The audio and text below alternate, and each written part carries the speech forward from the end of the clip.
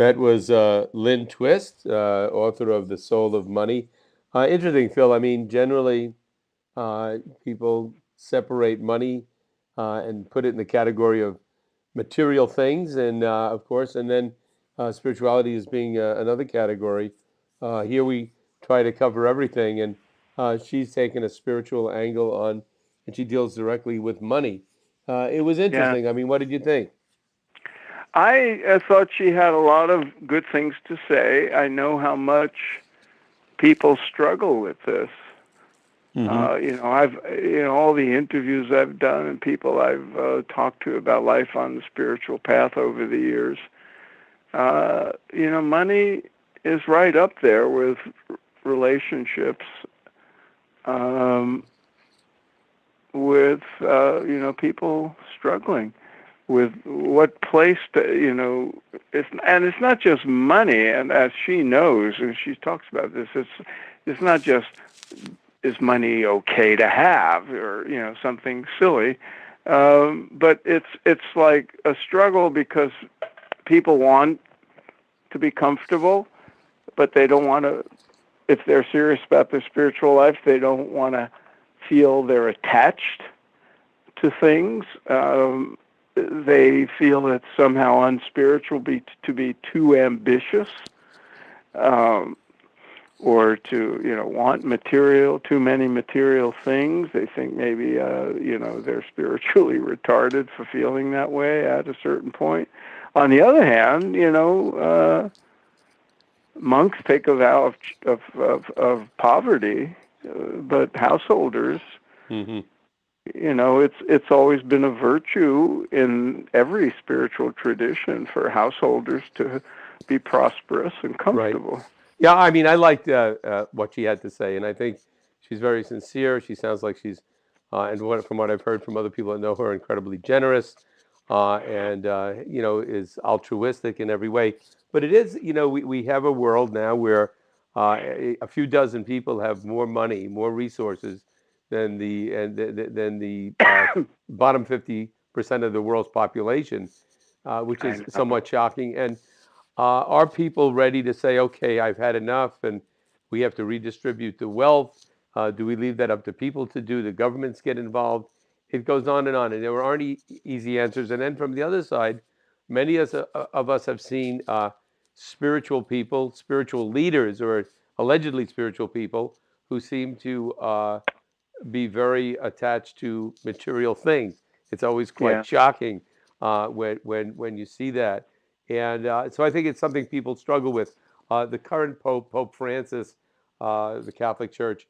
I mean, a lot of people like that he sent a signal when I think he lives in the servants' quarters rather than the uh, the more palatial residence of the popes. On the other hand, the church controls gajillions of dollars, and money is a big part of their organization, and it's a very tough call. And I think it's great that she's addressing it directly, and that she thinks of wealth in terms of allocation and what you're giving away, rather than what you're accumulating.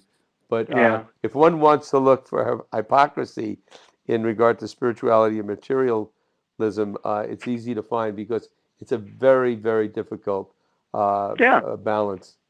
And it's a paradox. You want to be comfortable. You want to be rewarded for your work. And at the same time, you want to be generous and you want to be unattached.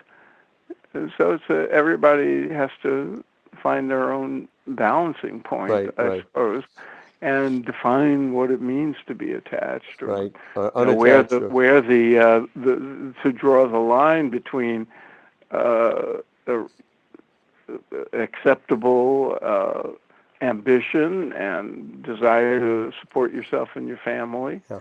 and to even have comforts, and on the other hand, being greedy or Right. attached.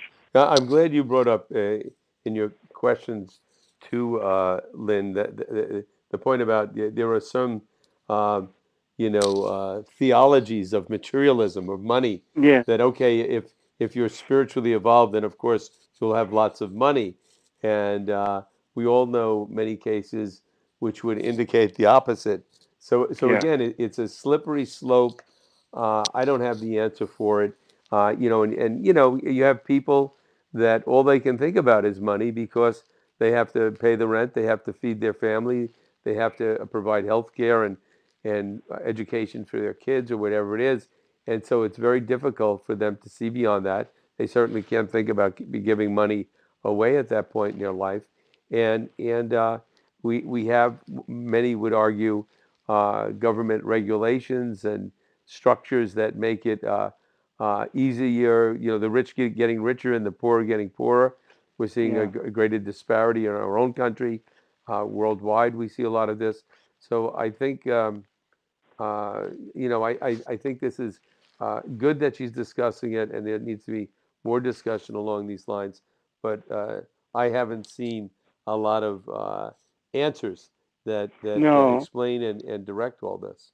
No, and I'm glad, and we've just scratched the surface of what her work is about, and her Hmm. books, and her all of Right. her charitable works, and her consultation. I find it interesting to look at the list of clients on her website Right. because, and I didn't get a chance to ask her this, but there's these wonderful charities and nonprofits, that she counsels, um, and coaches, and there's also companies like Schwab, and so. But my guess is she has a very philanthropic attitude, and I would bet that she counsels people of means to be generous Right, and and I help think that's others. great, and I'm very impressed that there's this program going on amongst the wealthiest people in the world, and I think it's most apparent in the United States, where people have pledged to give away at least half of their money before they die. And I know Bill Gates and Warren Buffett and these guys are giving away billions of dollars. They're very focused on giving it in those areas that they think will help humanity most. Now, people can argue that they would give the money other ways, and what they're doing is working, what they're doing isn't working.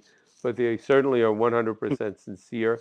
And I think Bill Gates now has dropped everything else, and that's what he's Yeah, fully focused on. So I think that is tremendously impressive.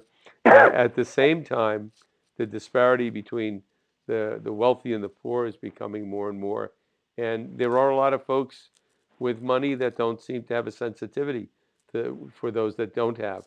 So there's the whole range. And again, I agree 100% with you that Lynn has counseled a lot of very influential people with great means, and I'm sure has gotten them and inspired them to be a lot more philanthropic. So, yeah. hats off to And her. the other interesting thing we didn't get to ask her about is we now have, and I hate to get too political, but why not? Why not?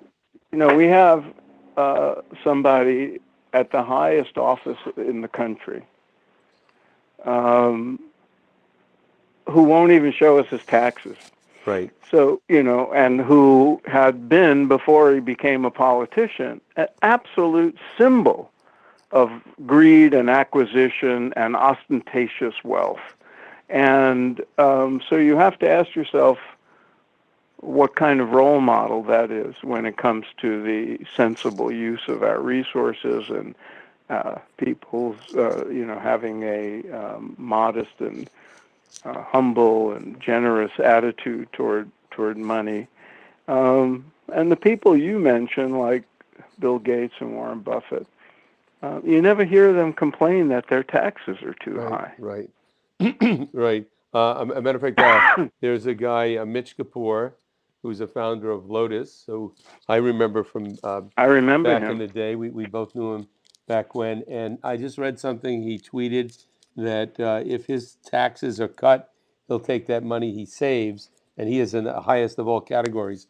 He'll take that money that he saves and he'll reinvest it to uplift those that are going to suffer most from those tax cuts. So there's a lot of people like that out there, and Yeah, that's good for very him. impressive. And the other thing, I guess, the lesson from this is, uh, the answer to life's biggest problems are not going to be coming from political leaders.